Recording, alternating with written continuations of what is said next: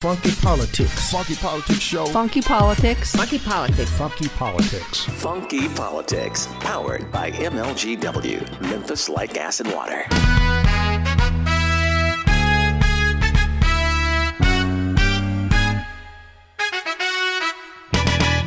You're listening to Funky Politics, powered by the Kazuki Network. I'm DC, and you know what?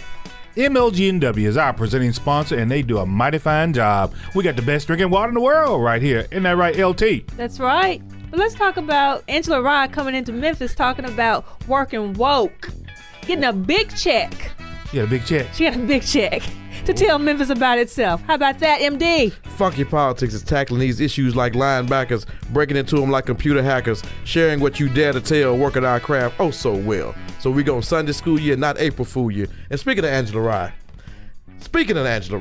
she came into Memphis on a cloud of rhetoric, looking like an S1W, ready to go to war. I was looking for Professor Griff, Flavor Flav. She came and stirred the pot. So whether you agreed with her or you don't disagree with her, I don't think that was the objective. The objective was that you got up and did something other than just sit down and leave. I saw some people in the audience that said no. Well, you know, they weren't too happy about what she said. Some people are never going to change. But we're talking about it, and that's the most important thing. There's a conversation going on around now about not just MLK 50, but other things that are happening in the country, like with the NRA. But you know what, though? With the NRA, and I'll say it's about Memphis, Tennessee. If you all don't want these results, start taking care of your own issues. Start taking care of your own protests. If you got an issue, get up and solve it. Be like those folks that protested for the removal of statues. Get up and solve it. That way you don't have to book in representative protesters or book in representative heroes to solve your problems. I think somebody's booking in Jesse to come tell Memphis how to act. Somebody's booking in Angela Rye to tell Memphis how to act. We don't need people to tell us how to act. We've been Memphis for a long time. Making easy money. Okay, I'm not going to say that. But we've been Memphis for a long time. Make it easy with our own causes. We know what works and what does not work. And if you're not old enough to know, then you need to grow up and show up, and so you can learn. But in the meantime, we got some funky stuff to talk about today, don't we?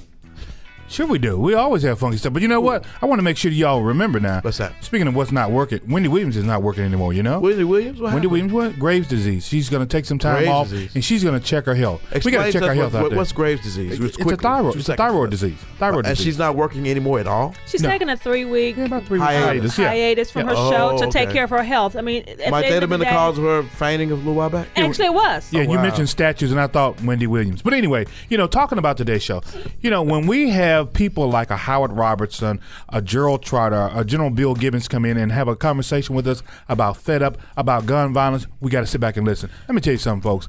Our listeners are number one, and I know y'all going to enjoy this show right here. number one funky listeners with an number one funky show, number one funky politics, and funky number one. Let's go. On the Kazuki Network.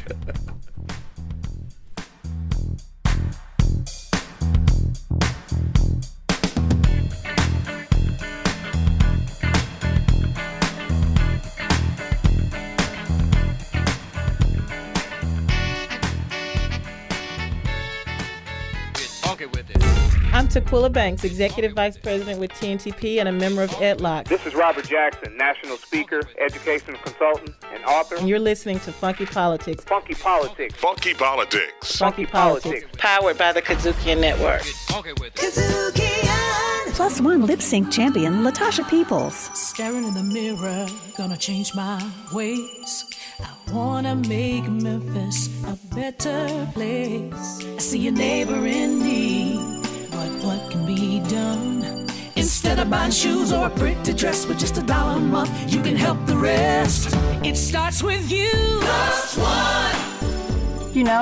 Giving back through Plus One will make a difference for families in crisis. It starts with you. Plus one. Grandma's message couldn't have been any clearer. If you want to change Memphis, look in the mirror. It starts with you. Plus one. I remember when we got help from Plus One. And now we're helping others. Hey, Memphis, you can make a change. You too can make a difference. I watch y'all coming here for years, because you shot somebody. Now your life is shot. You gonna pick that phone up one day, and that girl gonna be done dumped you and raise your child with another man. Or maybe your mama or your grandmama dies. Cause ain't nothing you can do about it. You got 15 to 20 years, state or fed time. Real talk. Don't lose your head, use your head, man. Gun crime, max time. Funky Politics.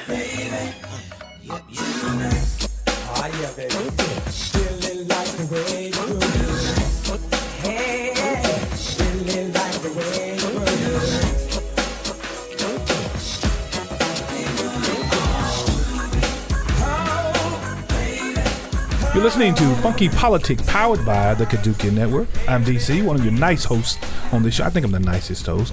LaTanya, how are you today? LaTanya Robinson? I'm good, and I'm here to state my claim as the nicest hostess on this show. You would be the nicest hostess on this show. Okay. She's the only hostess on the show, too. She's the only hostess on this show. And, of course, what could we do without Doc Ward? Doc Ward? Nothing. Yeah, as long as you know. I heard that you got you in a curling competition in the Olympics. Did I win? Sometimes I'm out of here. That's folks. Classic gold. Whatever. I was not in the curling competition. I don't even have to make the joke. Just the statement alone is just enough. It does enough, doesn't it? Yeah. We're sitting here today and visiting with a good friend of ours, Gerald Trotter, who a lot of us have known for some years now. Gerald is working with the Fed Up campaign, which is a part of an initiative here in the Memphis and Shelby County community to address gun violence. And Gerald Trotter, welcome to Funky Politics, man. Thanks for having me, Daryl. Well, hey, I tell you what, we want to get right into it. Tell us who Gerald Trotter is and how you got to this space in life right now. Okay, well, Gerald Trotter was born and raised here in Memphis, Tennessee. Went to campus school, went to Lausanne, grew up in Collins Chapel Church, graduated from the University of Memphis. Worked in the bond division at First Tennessee for a while, did some home construction, had a business called Complete Home Health. It was dealing in medical equipment for people in their home. It did really well, and actually that's what I was doing when November 12th, 2000 rolled around. What's special about that date, transitional about that date? Well, on November 12th, 2000, I'd gone to a sports bar called Clicks. To watch the Cowboys play. Cowboys are my favorite team. Dallas Cowboys. First of all, we should stop right there. But go ahead. With You're listening to Funky Politics. Yeah. About the network. There you go. All right. So I made a bet with this gentleman. Yeah. And I ended up winning the bet. The Cowboys won the game. His team was the Steelers. They lost. Okay, so I collect the money on the bed. I tease them. I give them a little tease and talk a little noise, a little smack. You know how it goes. You know, we grew up doing this. You know what I mean? Didn't think anything of it. It turned into something ugly. Wow. Turned into something ugly in the parking lot. I was in the presence of him and some more of his friends. Things went south, and I shot this man 5 times, and he died from his gun wounds. Wow, right on the scene? I think he did die on the scene, yes. Wow. Yeah. And before that, like you said, you were a businman. You had your own business. You had your family. You had everything else going. Yes, sir, I was married. Go ahead. I'm sorry, go ahead. No. I was married. I graduated from University of Memphis, got a bachelor's degree in finance. The business was doing very well. We just bought a house. Right. So middle-class lifestyle, basically. Pretty much. Yeah, yes, middle-class lifestyle. Going upward. And as you proceeded through the judicial system, all of that began to change, right? It did. I can remember being locked in the county jail, looking at that cell I was in, thinking, my closet is bigger than this. Yeah. One thing they do though, you don't have any books to read when you get there, and they give you the New Testament. Okay. And what that does, it kind of tapped me on the shoulder. It's like, okay, I'm in a room half the size of a closet that I used to have. This is God's way of telling me, it's time to straighten up. Now, was this during your pretrial period, or was this actually after you got sentenced? This was after the sentencing. Okay, because you got sentenced. How long was your sentence? Sentence was 15 years. 15 years. Second-degree murder. In the state? In the state institution. Okay. State institution. So 85. You got to do 85% of that when it's that type of charge. Yeah. So 85% of 15 years is 12 years and 9 months. So Gerald, talk to us about what that time in the prison was like for someone who obviously didn't come from that type of background that looked like you would ever go to prison. When I got there, I don't have any hair now. But when I got there, I had a small little fade, and you can hear by the way I talk, my articulation, diction, and that fade earned me the nickname Carlton from the Fresh Prince of Bel-Air. So, yeah, I wasn't too keen on that, but... Carlton Banks. Yeah, Carlton Banks. Right. Yeah. Will's little nephew or cousin or whoever he's supposed to be. Well, let me stop you right there. And when you think about it, that name kind of resonated because that was your lifestyle there. Mm-hmm. You know, you did have a Fresh Prince kind of lifestyle, a middle class, home, family, you know, on the upswing. And now you find yourself incarcerated. And we kind of talked about it offline a little bit. You were the first African-American male to graduate from Lausanne. I was in 1987. I was the first black man to graduate from there. And the funny thing is, as you speak about the Fresh Prince of Bel-Air, the outfits they had to wear matched our Friday outfits at Lausanne. The khaki pants, the blue blazers with the with the blue and striped gold tie, the whole nine. Yes, sir. Yeah. So that was your lifestyle, and now you're facing a different lifestyle. Completely different lifestyle. So what was life like in prison for you? It was probably the biggest adjustment I'll ever make. Why? Or how? Well, I'll tell you why. Because in prison, you're not a person anymore. Prisons are warehouses of human beings. Mm-hmm. And when you warehouse products, you can't take into consideration a product's feelings, likes, dislikes, none of that. You just put the products up, you keep them safe for their owners, and then you release them when it's time for their owners to have them back. But that's what they do with us. So the whole thing is your individuality is bred out of you slowly. And it has to be. If they're going to run the institution the way it has to be run, they can't be worried about each individual's likes and dislikes. So yeah, you turn into a nameless, faceless person. You're listening to Funky Politics, powered by the Kazuki Network. I want to bring you to this space now that we're at, the Fed Up campaign. You are a voice of reason, so to speak, in our community right now, because you're using that articulation now to explain to those out there who have probably played a part in the system in terms of gun violence. Look, man, what you're doing, you're going to end up where I was. Yes, sir. How did you get to that space? I mean, you had a pretty tough DA back in the time. I don't think he was playing with giving you any major deals. I don't think you got a major deal. I did not get any deals. He did his job. He did his job. He did his job. Yeah. Wow. He did. And so now you're with you're kind of speaking up for the campaign to help others not go down that route, correct? Well, yeah. The thing is, I was working with Howard Robertson on that Brain Trust marketing, and one of the things he asked me was, what happens in there to wake these young guys up? What do these young guys come in there thinking their experience is going to be? What's their experience like? And I told Howard that they come in here and they're still kind of in denial about their situation. They're still kind of playing it like this is a movie or a video game or some sort of music video. And what happens is it hits them. The reality of their situation hits them. Their girlfriend leaves them. Right. The mother of their children leaves them, like the commercial says. Or one of their parents dies. Right. Grandmother dies. All of which happened to you. All of which happens to me, and it's the sort of thing that slaps the reality into you. Mm-hmm. So what Howard wanted to do was to sort of slap the reality into them while they were still out here in the free world. Because once you get that life sentence and you're in there with all that time, it's a little too late. Sure. So that's kind of what we were after with that commercial. So the reality of it is you had 12 years, and you were saying that they're in this delusion that it's almost still, it's not quite there, they're in denial.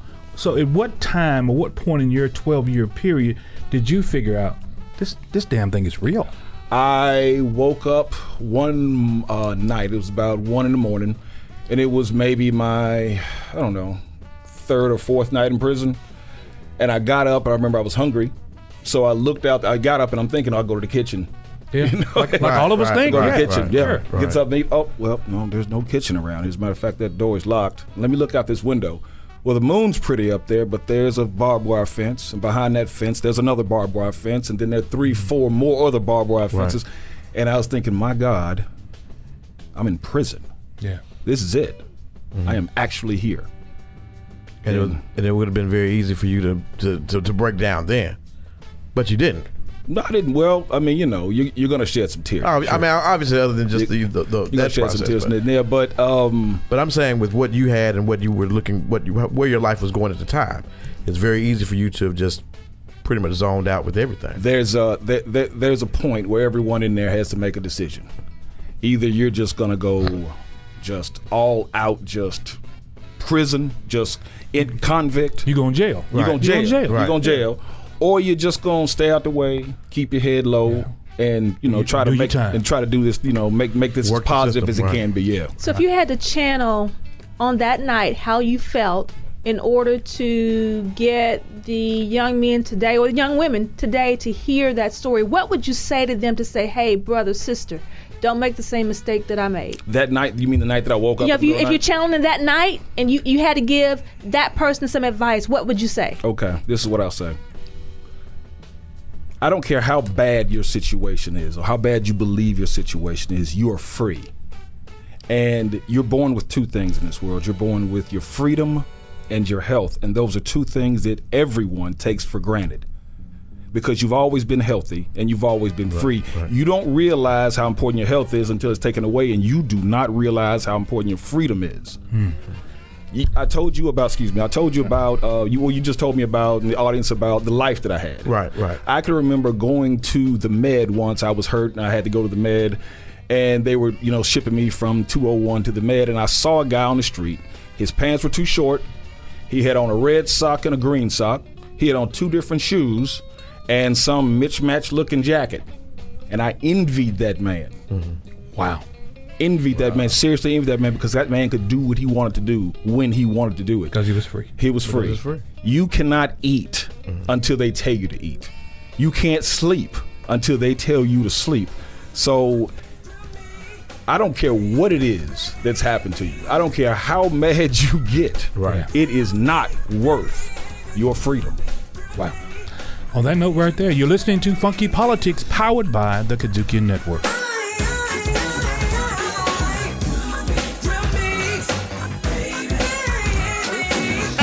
Riffin' on Jazz. This next gentleman we're talking about has an unforgettable voice. My sugar is so refined. Jazz was the happiest. Callaway went to my school. Oh, really? Yes, he's not an alum because he didn't graduate. He has some gigs to do.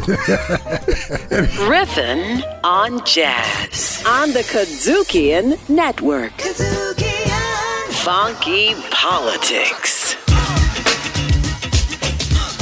You're listening to Funky Politics, powered by the Kazuki Network. I'm DC, sitting along with my pretty good co-host here, LaTanya Robinson and Doc Ward. How are you guys doing today? Glad to be here. There you go. Glad to be here. Doc, you glad to be here? Always. I'm glad to see you. And man. then you show up. And then I like that. I like that. No, I'm just kidding. But this is a powerful episode we have today because we're talking about the Fed Up campaign. In light of everything that's going on right now, it's good that we reflect a little bit and really make this a real good experience, right? You know what? We've got Gerald Trotter, who's visiting with us today, who's a spokesperson for the Fed Up campaign, along with our own former district attorney. We used to call him the General Bill Gibbons, who's now he's got a lot of titles here. First of all, welcome, Gerald, to the program. How you doing? Yeah, all right, great. Glad to be here. And let me welcome good friend and brother, man. Good friend and brother. From a long time back. Long time back. Way back. Way back. And let me bring in the General Gibbons, who let me get all these titles. He's a president. Another friend of ours. That's right. Way back. President of the Memphis and Shelby County Crime Commission, and he's also the executive director of the Public Safety Institute at the University of Memphis. Good to be with you. Thank you, sir. And you're right. We go way back. Way back. We're going to jump right into this thing. We want to talk about this space that's been created now with that Fed Up campaign. And Gerald, you are, I don't want to say it was built around you, but you are a voice of reason, not only in Memphis and Shelby County, but as far as this thing gets out, people get a chance to see it. So tell us a little bit about how we got to the place with you and how you and General Gibbons have been able to work together with Fed Up and where we're at right now with the campaign. Well, like I said, Howard and I were working on this. Howard at Trust Marketing, he and I were working on this. Howard let me know that Bill Gibbons was interested in helping us with this project, was helping us get this word out. We're basically doing this to let the community know about this crime law that is in effect. And coincidentally, Mr. Gibbons is the prosecutor who prosecuted me. I don't like the way you said that.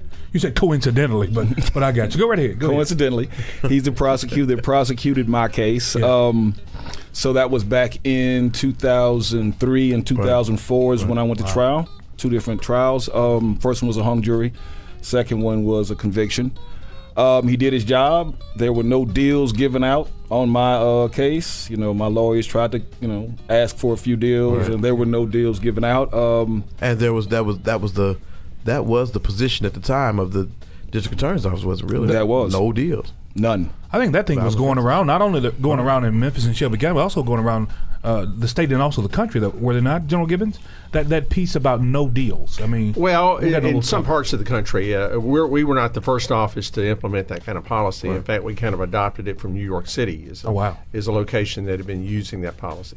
So as someone who's not from Memphis, can you guys talk to us about what the Fed Up campaign is and how it got its name? Just a little history of it. Okay, well, there was a no deals campaign before this one as a precursor to this one, and it did really well. It was successful. As a matter of fact, when I went to prison, people in prison were still quoting that commercial. So was that in Tennessee or Memphis, or was that a national campaign? I think that's Tennessee. Tennessee, yeah. Well, okay. Memphis. Yeah, was it Memphis? No deals. Okay. They were still quoting that. They were still quoting that. They were still quoting hard crime does all the time. They know it, and they know the gun law. They've gone and they've looked up the gun law. They know how many bullets gets you time and everything. That commercial did a lot to make people, pick up a law book and question what they were doing. Yeah, but then there was another campaign that happened after that, right? I think that was the second campaign. There was one before that one, actually. And so when we came out, when I got out of prison, Howard and I spoke with each other about, maybe trying this again. He said that Mr. Gibbons was looking for some sort of campaign to let everyone know about the, gun laws. Right. So before we get into that, let me just go ahead and bring this. You're listening to Funky Politics, powered by the Kazuki Network. And I like the way that you and Trust Marketing, along with, I guess, the former DA at the time, and now who's the president of Shelby County Crime Commission, how you all have thought about there's got to be some kind of link, some kind of way to get Doc's attention, Katron's attention, or LaTonya's attention and say that gun violence is going to get you some real time, man. Mm-hmm. And you had the experience on the inside. Yes, sir. But the know-how from Trust and also, the backbone and the funding from Memphis and Shelby County Crime Commission. Okay. And so General Gibbons, what I want to ask you is, this campaign is one now Fed Up. Is it catching on? And have we seen any results as of late? Well, I think it's too early to tell exactly what the results are going to be, but I think it is catching on. One thing that we do here in Memphis every month is have a meeting of people who have been placed on probation or parole as a result of being convicted of a felony. So every month there's a meeting of new probationers and new parolees. That's held at 201 Poplar once a month. And part of the message to those new probationers and parolees who have been convicted of a felony is that they need to be on the straight and narrow. If they mess up and go down the wrong road, they're going to be held accountable again. And part of that is actually possessing a gun, because if you're convicted of a felony in Tennessee, you're placed on probation or you're on parole, you're not supposed to be carrying a gun. So that's part of the message as well. But one thing that we have started doing as part of the Fed Up campaign is surveying those new probationers and parolees every month about their awareness of this message. And we started this back in October. And what we've seen since October is that every single month, the percentage of those probationers and parolees who are aware of this message, who are aware of the campaign, has been increasing.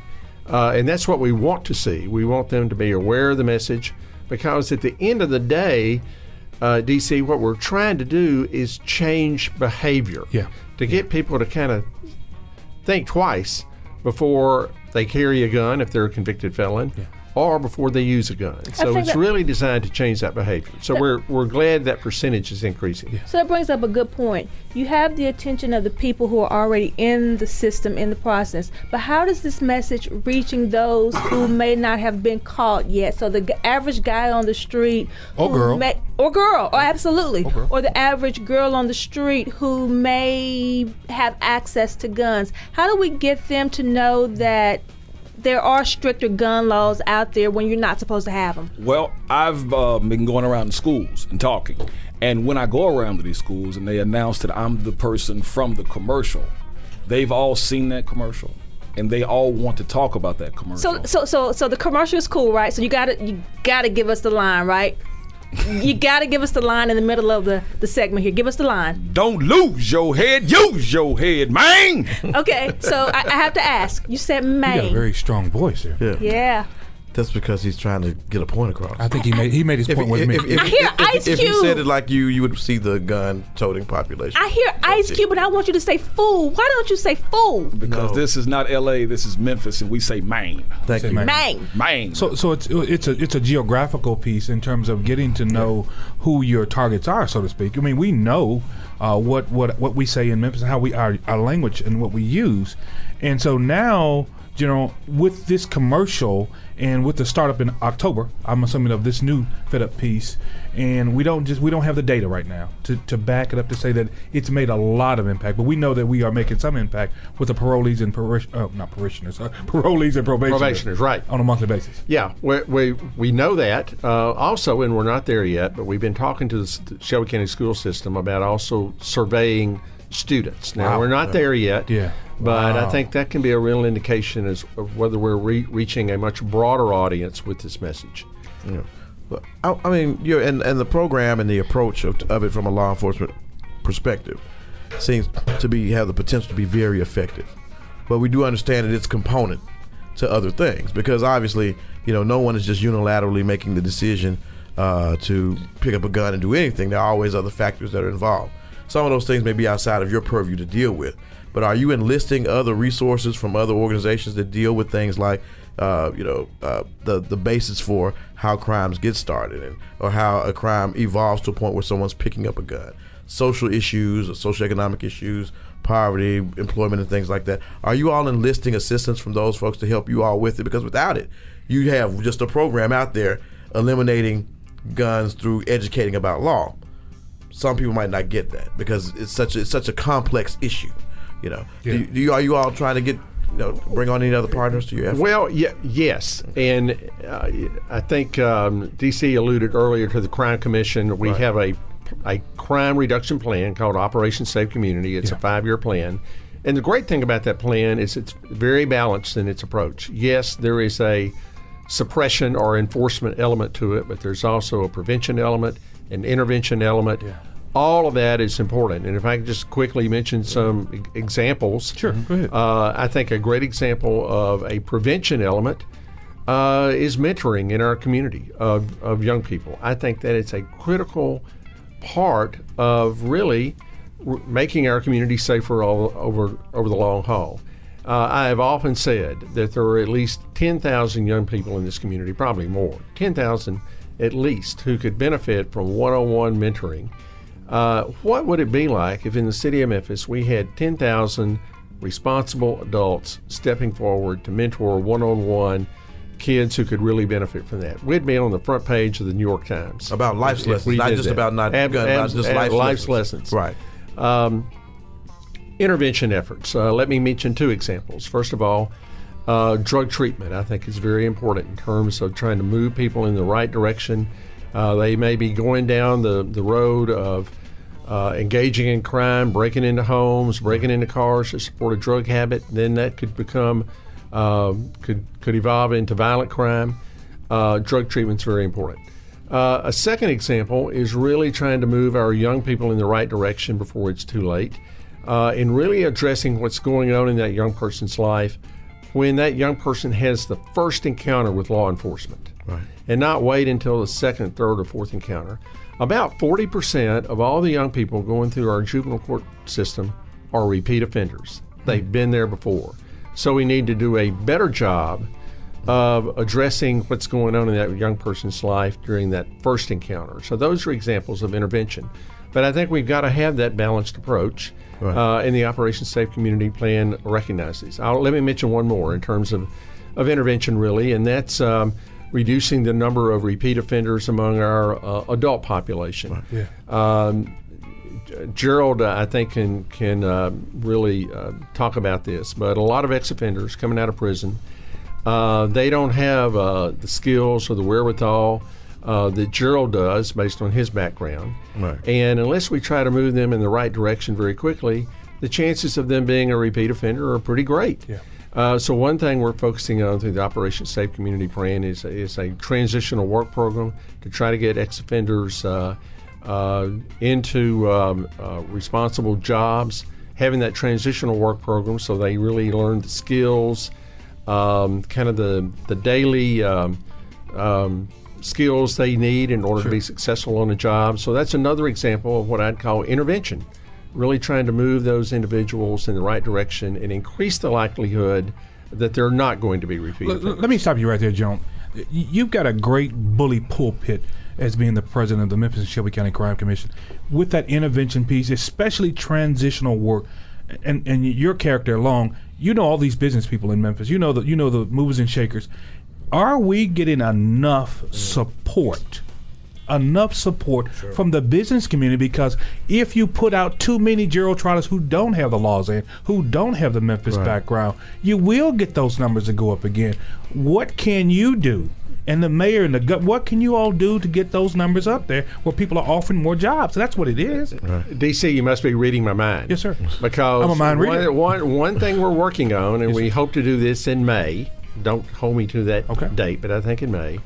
Is hold a symposium or a forum where we invite employers in the Memphis community and talk to them about the importance of hiring ex-offenders. And we've got some great success stories here in Memphis of businesses that have done that. But we hope to have that forum and symposium again in May. Might slip a little bit, but I hope in May, to really try to educate employers in the Memphis community about the benefits, really, of hiring ex-offenders who've had gone through that transitional work, who have the skills necessary. And we've recruited a number of organizations here in town to help us put on that forum or symposium. Hope Works is an example. Lifeline to Success is another example. Where we can really increase the supply of employers to meet the demand that is out there. That's right. Along those same lines, though, so that takes care of the adult population. But as a mom and as somebody who works in K through 12, my question is, there's research that indicates there's a relationship between literacy rates and incarceration. So what are we doing to address the literacy problems in Memphis so that we prevent some of these people from getting in that pipeline? Yeah, you probably need to have someone in the school system to address that better than I can. But obviously you're correct. And that's not part of the Operation Safe Community Plan because we're focused on steps that can have a more immediate impact on the crime rate. But you're absolutely right. There have been a number of studies done indicating there is a real correlation between literacy at an early age and the likelihood to go down the path of crime. There absolutely is. I think also, General, I don't cut you off, Marcus? Just a little bit. Go ahead. No, please. Because I want to turn back to Gerald again because your situation is anomalous. Gerald would probably not show up, or his demographic or his education and everything else would not show up ordinarily in those people that would need services that would prevent them from committing violent crimes or serious crimes. That's right. In fact, he's totally antithetical to that, the way he was coming up at the time. But looking now, if there was something that you could have used or relied on then as a businessman, to help you make a better decision about that night of November 12, 2000, what do you think you would have what would have been helpful for you to make a better decision at that time? Because it seems like you didn't need any types of training or anything like that. What would have been better for you? What would have helped you make a better decision? Anger management. Some sort of anger management. When I was in prison, the question kept coming up, man, what you doing in here? Right.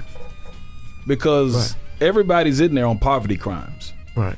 Everybody's in there because they didn't have some money, so they robbed somebody. They didn't have some money, so they sold some dope.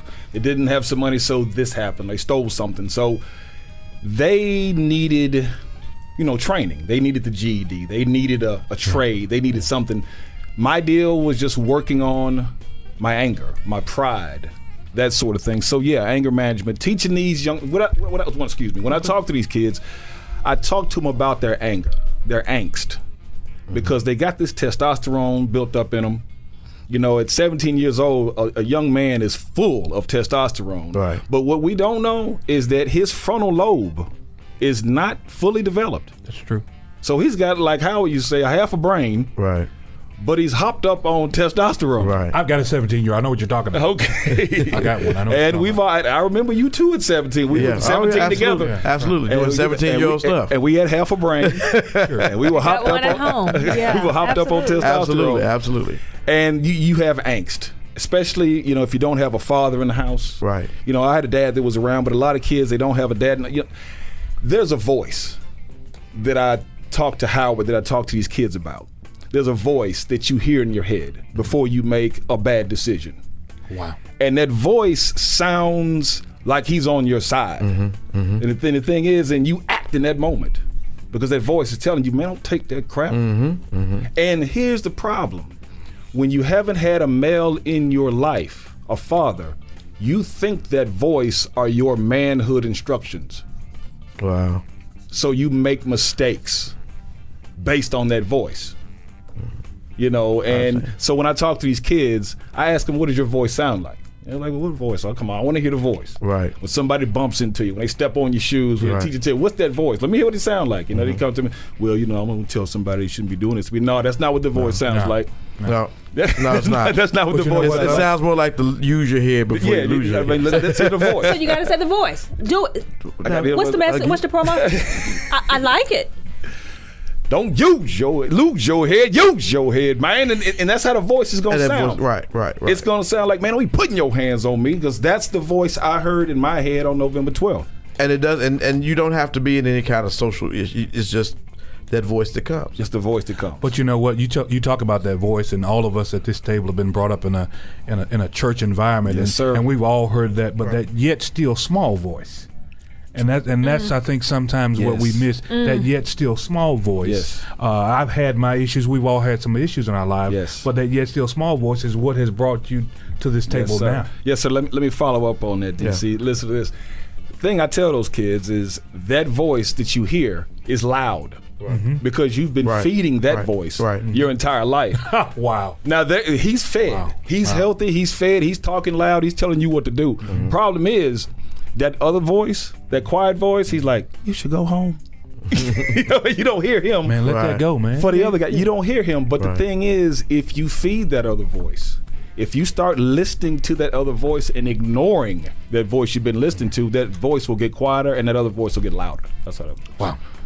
LaTanya, Doc, General Gibbons. Well, let me talk a little bit if we have time. we got time for you. Between Gerald and me, as Gerald pointed out, I was the DA at the time he was prosecuted back in 2003, 2004. We got 125,000 cases coming through the DA's office every year. Yeah. High volume. Now, that's everything from misdemeanors all the way up to murder and everything in between. Right. But Gerald's case was a very memorable case. One, as we've talked about in this program, Gerald was a fairly unusual defendant facing violent crime charges, just based on his background. It was a little unusual. It's a fairly high-profile case. So I was very familiar with the case. I had personally reviewed the file. As we've talked about, we had a no-deals policy in place at the time. And once a grand jury indicted someone for a violent crime such as murder or aggravated robbery, our policy was not to reduce that charge unless there was an ethical or factual basis for doing so. I mean, the best example is you find out you got the wrong guy. Well, obviously you got to dismiss the case. Right. But I reviewed the file, and I think Gerald would acknowledge that he made a bad decision that day. No doubt about it. And we proceeded with the trial. And it's kind of interesting. Howard Robertson with Trust Marketing, of course, has put together this Fed Up campaign. He's really spearheaded it. And Howard told me that Gerald was going to be the face of the campaign. Well, that kind of surprised me at first. To say the least. And then Howard said that Gerald was coming to a meeting in the mayor's office. The mayor was going to be there. District Attorney Amy Wyrick was going to be there. The U.S. Attorney Mike Donovan. And I admit that I gave Howard a call, and I said, you do understand that I was the DA when Gerald was prosecuted? And he said, yes, I do. And I simply said, how's Gerald going to feel about being in a meeting with me? And Howard basically said, well, I think it'll be fine. And when Gerald walked into the room, I got there before Gerald did. When Gerald walked into the room, he stuck out his hand, shook my hand, and said, it's great to see you under better circumstances. Aww. Wow. And I knew at that point that we were going to be fine working together on this. So Fed Up is in full swing right here on Funky Politics, powered by the Kazukian Network.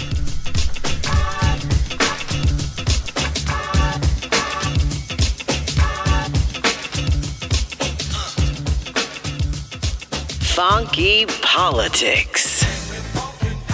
The off-year electorate, the midterm electorates, are older, less diverse, more conservative. You have two electorates fighting for the future of this country. And what I'd say to your viewers and people listening in is, you know what? You got to stop that older, less diverse electorate from funking around with your future. Funking up your airwaves and jamming the good information in your ear. Once again, it's Funky Politics. Funky Politics. R&R on sports. Artivism. Best in blue. Funky Politics. Blues in the basement. Neighborhood Connect. Riffin' on jazz. On the Kazukian Network. You're listening to Funky Politics, powered by the Kazukian Network. I'm DC, sitting here along with my co-hosts, Doc Ward and LaTanya Robinson. Hey, crew, how are y'all? Man, I'm hanging here with you like Ed McMahon of the Jerry Lewis telethon, man. I'm done. The Jerry Lewis telethon. You remember Ed McMahon? I know who I Ed can't is. come behind that. I'm here. I know who the heck he is. Yeah. You know Ed used to be there. Are you calling me Jerry Lewis? But anyway, that's okay. We're good with that. May he rest in peace. Very, very good comedian. Talented guy. LaTanya, hey, how are you? I'm great, thanks. How are you? I think I'm good. Today, we are fortunate to have two great Memphians in our studio with us. We've got Howard Robinson, who happens to be the CEO, the boss of Trust Marketing right here in Memphis. That's what his wife just promoted him to. Oh, my God. Yeah. She's the chairman of the board. Yeah. And also we've got former district attorney, we call him the General Bill Gibbons. And also, let me give you another title he had at one time. Commissioner of Public Safety and Homeland Security for the state of Tennessee under Governor Haslam, president of the Memphis and Shelby County Crime Commission, and city councilman. Hold on, city councilman? I don't want to go to the rest of his title. Yeah, and county commissioner. And county commissioner, yeah. And he's the executive director of the Public Safety Institute at the University of Memphis. With all those jobs, I would say you're Jamaican, but you kind of, I don't know. DC, I would say I've been around for a long time. I see that gray hair, but I didn't know how. His wife lets him do You those can't talk too too much. You have gray hair too. There you go. I've got a little bit of hair. Anyway, let's get into this thing. Fed up, guys. Fed up. We're fed up. The community is fed up. The nation is fed up with gun violence, gun crimes, gun violence particularly. And Memphis has come along, and Memphis and Shelby County has come along with a program that is it's new, it's infant. And Howard, I think Trust Marketing was asked to come up with a campaign, and you're working with the Memphis and Shelby County Crime Commission in the mayor's office. Mm-hmm. How is the campaign coming along so far? So far, the campaign is coming along very, very well, DC. We think we take a look at things that are happening, and since we have been doing this, we're focusing mostly on homicides. Okay. Yeah. And if you look at 2017 that just ended, I think there were 28 fewer homicides than the previous year of 2016. 10% reduction. Now, from a percentage standpoint, people might go, 10%, what's that? But we don't look at it like that. We look at it as 28 lives on both sides of the bullet, on both ends of the bullet, that are yet intact, as opposed to the year before. That's progress, and I think as far as violent crime statistics, and certainly General Gibbons can comment on this, I think that was the only major crime stat that was down year to year. Is that correct? That violent crime stat. You're talking about last year. Yes, last year. Yeah. The good news is that murders were down last year. The bad news is that overall gun crimes, reported gun crimes, were up 13% last year compared to 2016. In addition, reported gunshots, people simply calling and reporting gunshots, that was up about 7% in 2017 compared to 2016. So I think all of that reflects the importance of conveying the message that we're trying to convey through the Fed Up campaign. So speaking of that message, how does the average citizen know, one, the data that's being collected and what those trends are on a day-to-day basis? Is there a portal? Is there a website? How do we know about what's happening within the objectives and the outcomes of the Fed Up campaign? Great segue. OperationsSafeCommunity.org. That's the website. That's the website that people could go to, and there has been an increase in the amount of traffic on the site since this campaign has been going on. But we urge anybody that wants to, really see some of the specifics about it, and they can also see the commercials. They can see the TV spot. They can also hear the radio spots that are on. And so OperationsSafeCommunity.org. But let's get really to the funky side of it. I know General Gibbons, as being the DA and having been an attorney for a while, you can really get into this, because this situation of guns, particularly in the culture and time we're in now, and even with the Fed Up campaign, creates sort of a cultural conundrum. And what I mean by that is, it's just like with, proliferation of crack in the 80s, there were disparate sentences between crack and cocaine. Now we have an opioid crisis, and really crack was mostly an issue that affected African Americans. There were disparity in sentencing. People will argue that. With the opioid crisis, most of the victims of that are Caucasian, and there seems to be, in a lot of people's minds, some disparity with that. In this campaign, and we talked about Fed Up before there was no deals for violent crime and everything else before that. A lot of the marketing and a lot of the efforts obviously tend to trend to the African American community and Hispanic American community for the Fed Up campaign, which is focused on reducing gun violence through not utilizing or even obtaining weapons.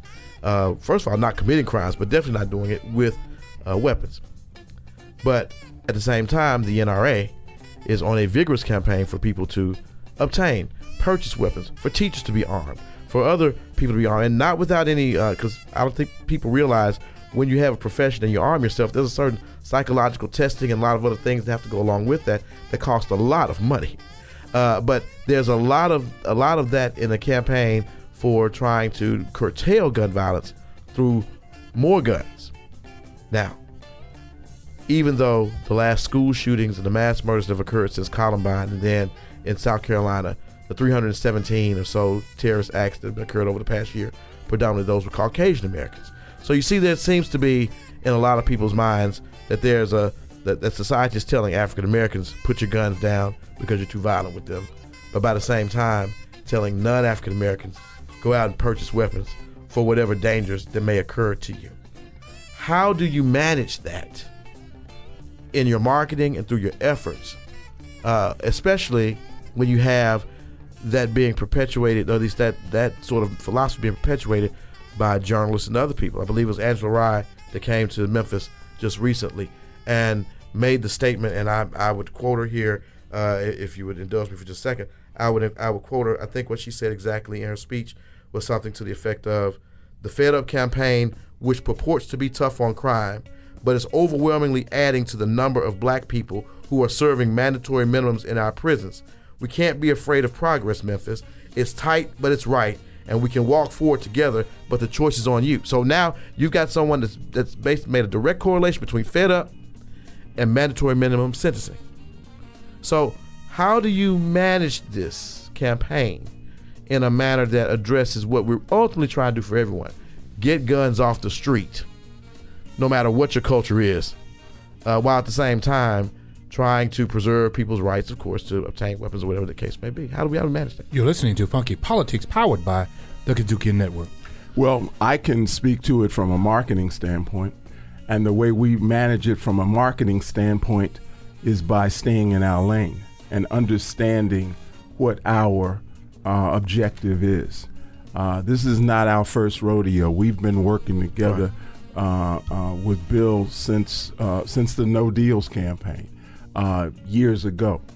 And I'm in the marketing business. And in the marketing business, first of all, you have to identify your target audience, and you also have to research and you have to understand the incidents and who's doing what, and you determine what you want them to do. And what we want, we're just trying to achieve one thing.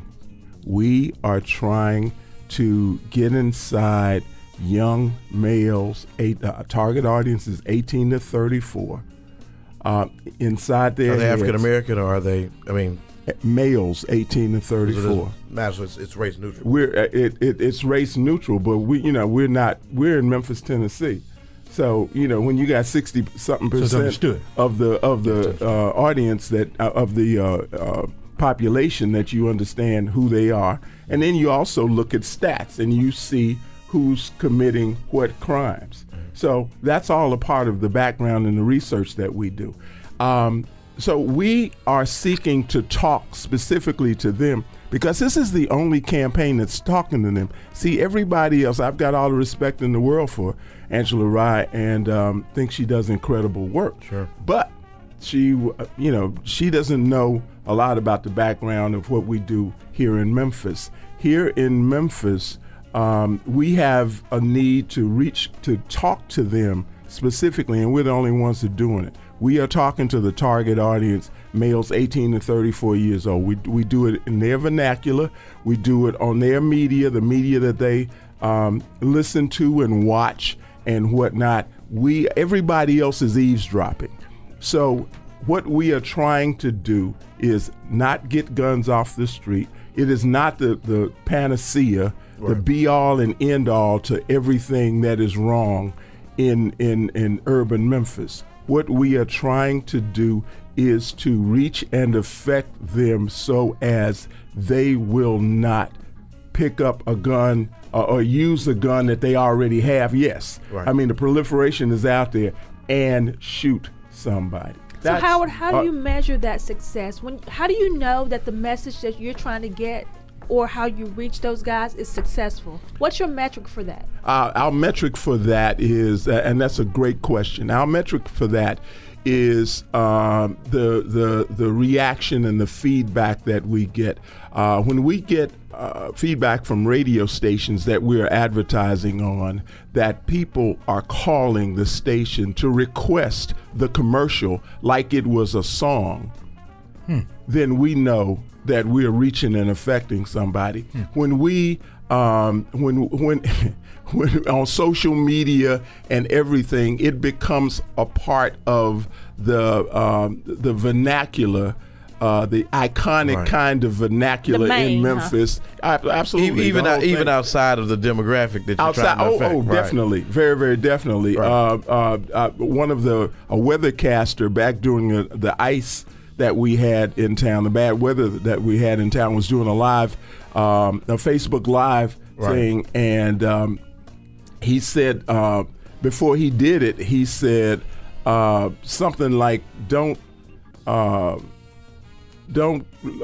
cover your something. Don't catch pneumonia. Cover your head, man," or something like that. Yeah. And this was it permeates the marketplace. When we see that happening, when there are calls from or prisoners who have gotten out of prison, and some have contacted our spokesperson Gerald and said, "Look, man, you doing the right thing. He knows him. He knew him from prison. We know that we are reaching and affecting the target audience. General Gibbons, let me bring you in on this because, as a former commissioner of public safety and homeland security here in the state of Tennessee, you are responsible for a lot of the safety issues that we faced from a homeland standpoint in the state of Tennessee, but also you were working directly with the governor with responses, I'm sure, to this particular issue of gun violence, and also with respect to NRA and saying, hey, let's load up, so to speak. Talk a little bit about that relationship between and how you kind of had to fight on both ends. Well, DC, if I have time, and cut me off. And you got time. I want to answer that question, but I want to go back to MD's question too. Go ahead. And I'm just going to engage in some straight talk here, which Howard always encourages me to do. It's called funky talk. So do the funky stuff. You on funky politics. I mean, let's. Howard and I have a history of working together on communicating to the street level the consequences of engaging in violent crime. And this goes back to the days when I was DA. Right. And frankly, when we first talked about this communications effort and the no deals policy and so on, here I am, a white district attorney in a majority African American community. And frankly, I had some concern about how it would go over. Right. And I did something, my staff thought I was kind of nuts to do this, but I really wanted to go through this exercise. I had my staff pull every single file in the office for a year involving any aggravated robbery case. And most aggravated robberies are with a gun, can be with a knife, but 95% of them are with a gun. And I had every file pulled. We're talking about probably 1,000 files. And I literally lined those files up in my conference room and went through them. And what I found, DC, really it goes to MD's question, is looking at those files over a year, approximately 90% of the victims in those aggravated robberies were African Americans. Roughly 90% of the victims. So, we tend to dwell on the defendants. Sure. Maybe we need to think about the victims a little bit. Yeah. I then went across the street to Mayor Harrington's office. And I met with Mayor Harrington, and Howard, I can't remember if you were in the meeting or not. But I explained to Mayor Harrington the policy, the fact that we were going to have this communications campaign. We talked about the victims in aggravated robberies, and I asked Mayor Harrington for his support. And he said, not only will you have my support, I will step forward in a press conference and endorse what you're doing. That was a very, very important statement by Mayor Harrington. So I give that kind of history lesson because I do think we need to focus a little bit on the victims of violent crime in this community. Yeah. So, MD, that was kind of in response to your question, I guess. Now to get to your question, DC. Yes, I served as Commissioner of Safety and Homeland Security for 5.5 years under Governor Haslam. I was his point person with the legislature on all the gun legislation that was pending. Also, as Commissioner of Safety and Homeland Security, I was in charge of our gun permit system in Tennessee. It's the Department of Safety and Homeland Security that administers that program, that issues the permits. Over 500,000 Tennesseans have taken advantage of that permit system. We have over 500,000 Tennesseans who have gun permits. By the way, Gerald Trotter, who is the face of the Fed Up campaign, had a gun permit when he committed the crime that he committed. Yeah. So Gerald had done the right thing in terms of getting a permit. He just made a bad decision on that one given day. Yeah. But the important thing about our handgun permit system is that it's required training. It's a background check. So we have over 500,000 Tennesseans who have gone through that process of training and a background check. And what we faced in the legislature when I was Commissioner of Safety and Homeland Security is an effort to erode that permit system. And I'll give you one example of legislation that we opposed, the governor opposed. Unfortunately, it was enacted. and that's allowing individuals to tote guns in cars without permits. Without permits. So, are we surprised that in the city of Memphis we've had an increase in drive-by shootings? Are we surprised that we've had an increase in road rage? I think it's an example of unintended consequences. Another example, which did not pass, was legislation allowing so-called constitutional carry, which basically would have eliminated the need for any permit system, allowing anyone to carry a gun anywhere without any permit whatsoever. We did succeed in defeating that legislation, but those are examples of really efforts to erode our permit system. I think it's a very good permit system. I think we need to keep it and we need to support it. You know, a constitutional, that's amazing that they would come up with some. So you could just walk around with a shotgun on your I guess on your back, so to speak, or of course we would eliminate the permit system for handguns. You could carry a handgun with or without a permit, concealed or unconcealed.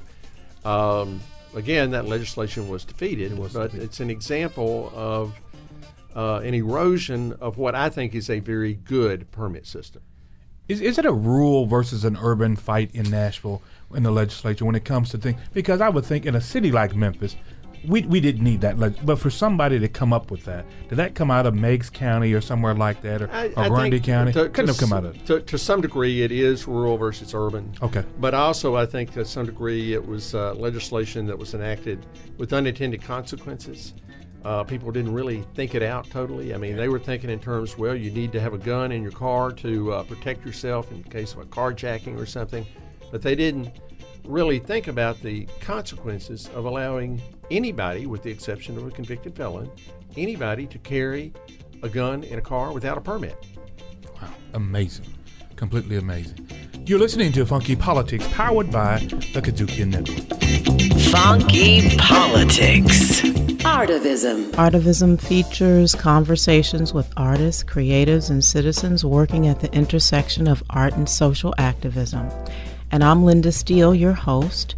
I'm a grant maker, change maker, social venture capitalist, and I invest in individuals and projects that use the arts as a vehicle for social change. Artivism on the Kazukian Network. Kazukian! Funky Politics. It's been almost 50 years since we shed 50 million tears. The death of a king, the advocate of a dream.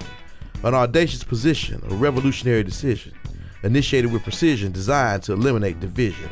Division of color, culture, religion, creed, gender, origin, special need, sexual orientation, to name a few. We're still growing. We've thrown in Me Too. The dream was never intended to be race-specific, culturally specific, or otherwise monolithic. Instead, King created a creed spiritually prolific, socially terrific, transparent, not hieroglyphic. But almost 50 years since 50 million tears were shed that a worthwhile cause would fail. We turned devoted pleas to soliloquies called I Have a Dream and Letter from a Birmingham Jail. We've commercialized our evolution, televised the revolution, delivering lofty speeches with elocution, but still leading from behind with no solution. All to make our individual pockets fatter. And after 50 years, you may be a man, but does your black life matter? Wow. Doc, you something else, man. You know that? This world is something else. LT, what you think? After hearing that, I want to hear Tupac. Tupac. You know what? You guys kill me up on this show. You know what? Really? Let me tell you something. Tupac. You know, cried so many tears. Gerald Trotter. Let me tell you something, man. A young man that had it all, lost it all, and looks like he's gaining it all back. You know, sometimes in our spaces that this world creates for us, man, it's something different. You know, the old redemption story never grows old. Been there, for those who are willing to put in the work. If you remember, a few years ago when we started this venture, we quoted J.J. Watt when he said success is not owned, it's leased. Yeah. And the rent is due every damn day. That's right. Well, guess what? It's due. That statement is still relevant. We have to be the dream that we want to see. So until next time, we're getting off our heels and on our wheels. So for DC, LaTanya, and me, MD, that's me, we are out of here. Until next time, I remind you to always, in everything you do, in every part of your life, and everywhere you go, keep it real, keep it right, Keep it funky. There you go. Right here on Funky Politics. Funky Politics executive producer Larry Robinson for Kudzukian. Hosted by Daryl D.C. Catron and Marcus M.D. Ward. Talent booking, Miko Horn. Funky Politics recorded at Kudzukian Studio. Directed, produced, recorded, and distributed by Kudzukian.